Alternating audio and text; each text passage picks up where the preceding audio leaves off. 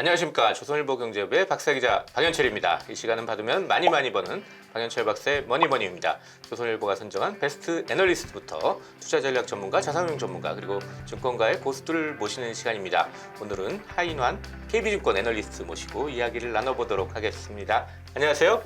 안녕하세요. 네, 제가 이제 하인환 애널리스트 모신 이유는 저희 조선일보하고 금융정보업체 FN가이드가 공동 주관한 2021년 베스트 애널리스트 평가에서 시황 분석 부문의 베스트 애널리스트로 선정되셨기 때문입니다. 증권가 이쪽 경력은 좀 어느 정도 되세요? 저는 입사한 이후로 지금 만 7년 차 됐습니다. 예. 네. 예. 그리고 애널리스트 경력은? 애널리스트 경력은 5년 차고요. 예. 네. 그래서 이 시황 분석 부문에서 예. 이제 베스트 애널리스트 선정되셨으니까 네. 일단 오늘의 주제는 시장 전망과 네. 투자 아이디어 이렇게 좀 정해봤습니다. 네. 지금 투자자분들이 제일 이제 헷갈려하시는 게 뭐냐면 일단 작년 우리 코스피 시장 같은 경우는 작년 7월부터 그리고 미국 시장 같은 경우는 연초부터 이제 막 하락장을 보이다가 이제 7월달에 약간 반등장을 지금 보였어요. 네. 이거 그렇다면 이게 이제 바닥인지 네. 아니면 이제 큰 대세 하락장으로 갔는데 잠시 반등하는 건지 네. 이거 되게 헷갈려하시는데 네. 이거 어떻게 좀 보고 계신지 요 얘기부터 좀 시작해 보죠. 예, 이게 아무래도 이거 보시는 분들께서 네. 제일 궁금해하실 것 같고 네. 저희 뭐 기관 투자자들이나 저희 뭐 애널리스트도 제일 고민인 부분이거든요. 네. 근데 일단 대세 하락장은 아닐 가능성이 높다라고 생각을 하고 있습니다. 네. 최근에 가장 많이 들으시는 얘기가 베어마켓 랠리 이런 표현들을 네. 많이 들으셨을 것 같아요. 네. 2300에서부터 지금 굉장히 빠르게 올라오고 있는데 베어마켓 랠리 후에 다시 좀 조정을 거칠 수는 있긴 하지만 대세 하락장은 아니라고 생각을 하고요. 네. 조정이 오더라도 아주 큰 폭의 조정은 아닐 거다. 그래서 이전 저점이 2,300포인트 정도였었잖아요. 코스피 기준이죠? 네, 코스피 기준 2,300포인트 정도였었는데 네. 그 밑으로 가진 않을 가능성이 높다라고 판단하고 있습니다. 그러니까 어느 정도 바닥을 치고 다시 조금은 올라오는 네, 그런 쪽으로 해석하는 그런 거. 식의 예. 그림이 앞으로 그려질 것 같다. 이렇게 네. 좀 보고 계시는군요. 물론 뭐 여러 가지 또 해석들이 좀 다양하게 나오는데 이런 쪽으로 좀 보고 계시다. 이렇게 이해를 하면 되겠습니다. 일단 지금까지 하락장을 지금 부추겨 온 거는 이제 미국의 긴축이잖아요. 뭐 네. 자이언트 스텝해가 0.75%포인트 한 번에 막 올리기도 하고 그래서 미국의 긴축이 지금 하락장을 연초 이후에 쭉 끌어왔는데 그럼 미국의 긴축은 어떻게 될까요? 이 얘기도 좀 해보죠. 예. 미국 긴축 같은 경우는 지금 시장의 컨센이랑 저희도 크게 다르게 보진 않거든요. 네. 일단 7월 FOMC가 지나갔고 그리고 9월, 11월, 12월 FOMC가 네. 남아 있습니다. 올해 이제 네. 저희 회사 하우스뷰는 50bp 인상 9월에 그리고 11월과 12월에 25bp씩 인상 그리고 내년에 추가적으로 25bp 정도 인상 이렇게 좀 전망을 하고 있거든요. 네. 하지만 이제 시장은 그걸 항상 선반영하잖아요. 네. 이미 컨센서스대로 움직인다라면은 뭐 앞으로 추가적으로 더 긴축을 한다고 해서 주식시장이 그것 때문에 무너질 이유는 없다라고 보고 있습니다. 그래서 한 가지 좀 고민을 해야 되는 거는 예. 이제 앞으로 나오게 될 미국 물가지표. 근데 이게 좀 이제 투자자분들께서 제일 헷갈려 하시는 부분인 네. 것 같아요. 통상 피크아웃이라고 얘기를 하잖아요. 네. 고점을 찍고 이렇게 내려올 때 네. 빨리 내려올 거다라고 다들 기본적으로 생각을 하지만 지금처럼 공급단에서의 문제가 인플레이션을 일으키고 그리고 뭐 고용이나 뭐 이런 여러 경제 데이터들 실물 지표들이 아직은 좋기 때문에 인플레이션이 급하게 꺾이는 것보다는 굉장히 완만하게 네. 둔화할 가능성이 높다라고 생각하고 있습니다. 그럼 인플레이션 피크 얘기부터 좀 해볼까요? 그 네. 피크를 치긴 치겠지만 일단 확 꺾이지는 않고 좀 천천히 꺾이 고공행진할 거다 이렇게 네. 보신다는 네, 거죠. 맞습니다. 그러니까 예. 네. 예. 그렇게 되면 이제 문제가 시장에서는 지금 내년 미국의 금리 인하를 좀 전망을 하고 있는 것 같아요. 예. 컨센서스로 봤을 때. 근데 이제 인플레이션이 생각보다 빠르게 꺾이지 않는다라고 한다면은 금리 인하 쪽이 아니라 동결 쪽으로 갈 가능성이 높겠습니다. 예. 네, 그러면 이제 시장으로 봤을 때는 금리 인하가 만약에 강세장을 얘기한다라면은 네. 금리 동결 쪽으로 가면 강세장보다는 뭐 좀 완만한 상승, 또 상승 폭이 제한된 흐름, 뭐 그런 쪽으로 해석하는 게 좋을 것 어느 같습니다. 정도 박스권에서 움직일 가능성도 있겠네요. 네네. 그렇게 보면. 네. 예. 미국의 긴축이 근데 이제 좀 논란이 이게 침체까지 갈 것이냐 네. 아니면 그냥 미 연준이 얘기했듯이 연착륙 정도 네. 갈 것이냐. 네. 이게 또 논란이잖아요. 예. 이쪽은 또 어떻게 보고 계세요? 저희는 4분기 때 침체가 올 가능성이 있다라고 생각을 하거든요. 침체요? 네. 침체 여러 가지 정의가 있던데 그렇죠. 어떤 정의로 보시는 거예요? 저희는 굉장히 약한 형태의 침체를 생각을 하고 있습니다. 네. 침체라고 하면은 네. 이 단어 자체가 좀 자극적이잖아요. 네. 그래서 침체하면은 뭐 이제 2008년 저희가 경험했던 금융위기, 어떤 위기 막 이렇게 네, 생각하시는 뭐 분들이 있던데. 실업률이 막 대규모로 올라가고 예. 상승하고 그런 굉장히 큰 위기를 생각을 하시는데 네. 그 정도까지의 침체는 생각하지 않고요. 기본적으로 고용이 아주 좋기 때문에 네. 기본적으로 그리고 또 이제 인플레이션이라는 게 기업 이익에는 좀 좋게 작용할 수도 있습니다. 오히려 도움이 될 수 있다. 기업 네. 이익은 명목 인플레이션이 반영된 지표잖아요. 네. 그래서 인플레이션 올라가면 매출액 자체가 올라가는 효과도 있기 때문에 기업 이익이 그렇게 빠지지 않는다면 고용도 그렇게 나빠질 가능성은 좀 적고 그렇다면은 침체도 좀 약한 형태의 침체가 되지 않을까라고 생각하고 있습니다. 하반기 한 4분기 정도에 그럼 약한 형태의 침체. 네. 네. 그럼 그 이후에 다시 반등한다는 얘기인가요? 어떻게 보시는 네, 거예요? 내년 뭐 네. 1분기쯤을 저점으로 해서 경기는 다시 올라갈 수 있다라고 생각을 하고요. 네. 네, 뭐 올라가는 데에 영향을 주는 게 말씀드렸던 뭐 생각보다 양호한 고용 지표. 고용 지표가 양호하다면 임금이 어느 정도 유지가 되는 거기 때문에 네. 소비도 다시 좀 살아날 수 있고 그리고 제가 또 한 가지 고민하고 있는 거는 네. 기업들의 투자입니다. 보통 이런 침체 시기 때 투자를 많이 하기가 어렵잖아요. 그렇죠. 근데 네. 지금은 저희가 뭐 통상 뭐 10년 전, 20년 전에 봐왔던 침체랑은 전혀 다르게 봐야 되는 게 탈세계화라는 문제가 있습니다. 네. 미국과 중국이 이렇게 갈등을 하고 있는 상황에서 네. 공급망을 재편하려고 하잖아요. 네. 그러면은 투자를 해야겠죠. 음. 뭐 지금 2차 전지나 이런 쪽에 대한 투자를 유도하기 위해서 정책들도 나오고 네. 있는데 그런 투자가 나온다라면은 그런 부분들에서 증시가 다시 또 반등할 가능성이 생기지 않을까 네. 그렇게 예상하고 있습니다. 그러니까 미국과 중국이 지금 갈등을 벌이고 있는데 미국이 중국과 별도의 또 공급망을 새로 만든다. 그렇죠. 그럼 그렇죠. 투자를 해야 된다. 이런 식으로 좀 해석을 할 수가 있겠네요. 네, 그러니까 맞습니다. 그게 만약 생긴다면 그런 투자 사이클이 또 생겨가지고 침체는 또 약하게 네. 오고 오히려 강한 반등. 네, 맞습니다. 아니면 또 약한 반등도 가능하지만 반등이 올 수 있다. 경기의 네. 반등이 올 수 있다. 이렇게 좀 보고 계시는군요. 미국 얘기는 그렇다고 하더라도 이제 한국을 좀 보죠. 한국도 미국처럼 세게 금리 인상 계속 할 수 있을까요? 이게 좀 궁금한데. 한국은 그 정도까지는 아니라고 생각을 하고요. 네.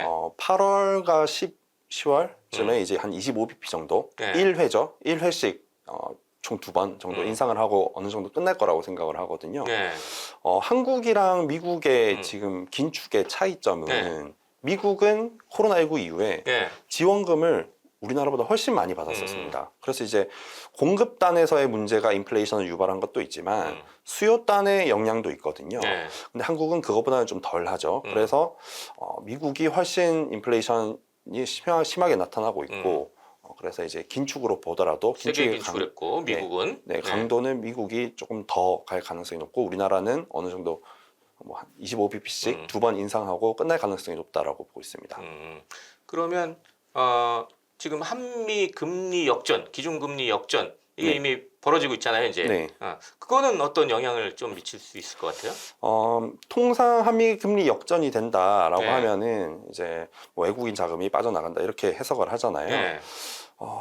지금 이제 좀 다르게 봐야 되는 건 아까 제가 말씀드렸던 탈세계화 저는 이런 문제로 좀 보고 있습니다. 네. 탈세계화라고 하면은 우리가 지난 40년 동안 경험해왔던 세계화랑은 좀 반대잖아요. 네. 그래서 이제 저는 오히려 그런 쪽으로 해석을 하고 이제 탈세계화이기 때문에 우리나라가 피해를 볼 가능성이 높겠죠. 그래서 이제 원달러 환율도 지금 1,300원대까지 올라와서 네. 쉽게 떨어지지 않는 상황이고요. 그런 쪽으로 저는 오히려 외국인 자금이 빠져나간 거를 해석하는 게 더 맞지 않나 싶고. 금리 차이보다는 그런 탈세계화 때문에 또 네. 외국인 자금이 빠져나간 측면이 크기 때문에 네. 또 금리가 환율이나 외국인 자금 유출에 미치는 영향은 그다지 크지 않을 수 있다. 네, 왜냐하면 이제 금리 차로만 보통 보시는데 네. 환해지라는 걸 하잖아요. 그래서 이제 뭐 환해지 이런 부분까지 고려를 해본다면은 사실상 외국인들이 빠져나갈 요인이 그렇게 크진 않거든요. 네. 특히 채권 투자자들 입장에서는. 그래서 그런 쪽으로 같이 좀 고려를 해야 되지. 이제 딱 정확하게 기준금리 차만 놓고 보면 좀 해석이 좀 잘못됐다라고 보시는 게 좋을 것 같습니다. 네. 그런 식으로 좀 외국인 자금 유출 우려 요거까지 네. 좀 봐야 되겠네요. 네. 하지만 좀 그렇게 크진 않을 수 있다. 생각보다. 네. 지금 거꾸로 생각하면 지금 시장을 지금 옥죄고 있는 게 높은 고인플레 그리고 침체 우려 뭐 또 전쟁 리스크 그러니까 이제 러시아 우크라이나 전쟁 리스크 뭐 이런 것들이 계속 있는데요. 이런 것들이 이제 하반기에 이제 좀 해소가 되면 오히려 호재가 될 수도 있을 것 같은데 네. 이런 측면들 호재가 반영이 될 수 있는 가능성 어느 정도로 좀 보면서 투자를 해야 될까요? 말씀하셨던 이슈들이 해소가 되면 네. 물론 증시가 세게 반등할 수 있겠죠. 근데 이제 과연 어느 정도 해소될 것인가 그거를 좀 고민을 해봐야 될 것 같습니다. 네. 일단 뭐 고인플레이션이라고 네. 본다면은 공급망의 문제가 아직 완전히 해소되고 있는 건 아니거든요. 최근에 원자재 가격이나 뭐 이런 부분들이 좀 네. 하락하고 있어서 인플레이션이 좀 꺾이는 추세이긴 하지만 그건 이제 수요를 좀 둔화시키는 그런 미국 긴축의 영향으로 볼 수가 있겠습니다. 네. 하지만 근본적인 원인에 해당하는 이 공급망의 문제가 네. 해결되고 있는 게 아니라 오히려 더 심화되고 있죠. 뭐 이제 미중 갈등이나 이런 부분들까지 네. 고려해 본다면 더 심화되고 있기 때문에 말씀드렸던 그 인플레이션의 추이를 보면 생각보다 빨리 꺾이는 게 아니라 좀 완만하게 둔화하는 그런 흐름을 생각해 본다면은 이제 뭐 미국의 긴축으로도 뭐 완전히 해소되기는 어려운 네. 그래서 이제 좀 완만하게 해소되어가는 예. 그래서 강도로 보면 그렇게 말씀드릴 수 있겠고요. 예. 뭐 전쟁 같은 경우가 제일 고민일 것 같습니다. 일단 겨울이 다가올수록 유럽 쪽에서는 먼저 러시아에 대한 제재를 풀어주면서 네. 공급을 받으려고 할 가능성이 높을 것 같거든요. 하지만 러시아 입장에서는 또 이제 겨울이 다가올수록 다시 또 협상력은 협상력이 더 세지겠죠. 더 세지죠. 아무래도 네. 이제 네. 러시아가 유럽에 에너지를 뭐 석유니 가스를 지금 공급하고 있으니까. 네. 그리고 러시아에 대한 뭐 얘기가 중국이랑 또 같이 봐야 될 것 같거든요. 러시아가 우크라이나에 대해서 전쟁을 시작하기 전에 네. 푸틴 대통령이 베이직 올림픽에 참석을 했었습니다. 그리고 그때 가즈프롬이 중국의 천연가스를 장기간 공급하는 계약을 체결하고 왔거든요. 네. 이번 러시아 우크라이나 전쟁에는 중국도 어느 정도 러시아를 지원하는 그런 속내가 좀 있지 않을까라고 본다면은 이 문제가 상당히 오래 갈 수가 있는 거죠. 네. 그래서 이런 여러 가지 이슈들이 완전히 해소되는 것보다는 조금씩 완화되는 정도로만 봐야 되지 않을까라고 생각합니다. 완전하게 뭐 이런 리스크가 다 해소되고 이러지는 않을 거니까 다 네. 이런 리스크 요인 계속 봐야 되겠다. 네. 이렇게 좀 이해를 하면 되겠습니다. 네. 그렇다면 이제 하반기 투자 전략 어떻게 좀 세워가는 게 좋을까요? 일단 방어 전략을 해야 되나요? 어떻게 해야 되죠? 일단 좀 방어적인 전략을 하긴 해야 되는데 좀 네. 시기별로 좀 다른 대응 전략이 필요할 것 같고요. 네. 일단 저희 회사에서는 3분기 때는 네. 이익률 둔화가 좀 덜한. 왜냐하면 이제 인플레이션 효과 때문에 기업들이 매출액이 사실 생각보다는 좋게 나올 수가 있거든요. 네. 뭐 Q가 좀 줄어들 수도 있더라도 P가 올라가기 때문에 매출액이 그렇게 나쁘지 않을 가능성이 있기 때문에 예. 이익률이 생각보다는 좀 덜 둔화될 수 있는 그리고 또는 이제 뭐 긴축이 그래도 정점은 좀 긴축에 대한 우려가 정점을 지나간다라고 하면은 예. 그동안 많이 빠져있던 뭐 성장주 이런 쪽에서 일부 반등이 나올 수 있다라고 생각을 하고요. 네. 그리고 또 하나 좀 계속 주목해서 보는 거는 정책적인 지원입니다. 네. 최근에 친환경 관련주들도 이제 미국의 정책 기대감 때문에 오르고 있는데 네. 지금 같은 이렇게 침체가 다가오는 상황에서는 국가에서 뭔가 계속 나설 수 있는 거죠. 우리나라도 뭐 새 정부 들어서면서 이런저런 정책들을 발표하고 네. 있고 미국도 특히 이제 11월 중간 선거를 앞두고 이런 네. 정책을 계속 내고 있다고 생각을 하거든요. 그래서 정책과 관련한 모멘텀들 뭐 그런 쪽도 같이 좀 봐주시면 좋을 것 같습니다. 네. 그렇게 해서 좀 전략을 좀 세워보면 되겠다. 네.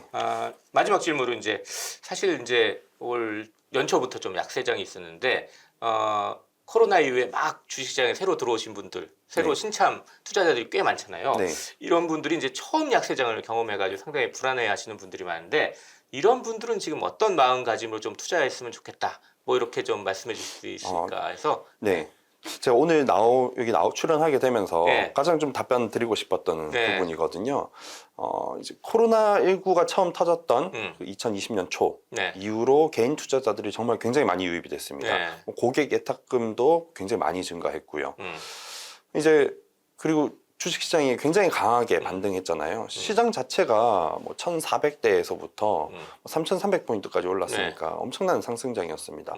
뭘 사든 오를 수가 있었던 뭐 거예요. 아무거나 사도 올랐죠. 네. 그래서 주식 천재들이 많이 생겼다. 네. 이런 얘기가 생겼죠. 네, 뭘 네. 사든 올랐고 혹시 좀 떨어지더라도 그냥 묻어두면 다시 오르는 네. 그런 거를 한 1년, 2년 경험하시다 보니까 네. 그 생각이 좀 어느 정도 자리 잡으신 분들이 많으신 것 같아요. 특히 초보 투자자분들께서는. 그래서 최근에 이렇게 하락을 하고 있는데 그냥 묻어두면 계속 오르겠지, 언젠가 오르겠지, 이런 좀 아니라는 생각으로 혹시 좀 주식 투자를 하시는 분들이 계시다면은 네. 이제 이런 인플레이션 시대, 저희가 1970년대랑 비교를 많이 하는데 네. 10년간 횡보장이었습니다. 횡보장이었기 때문에 적절하게 그때에 또 맞는 업종이나 이런 거를 고민을 하셔야 되는 네. 거죠. 그리고 또 레버리지 자체도 쉽지 않은 환경이 됐잖아요. 신용대출 이자도 뭐 저도 뭐 한 5%쯤 되더라고요. 네. 코로나 초기에 뭐 2%대 신용대출이랑 전혀 다른 환경이기 때문에 네.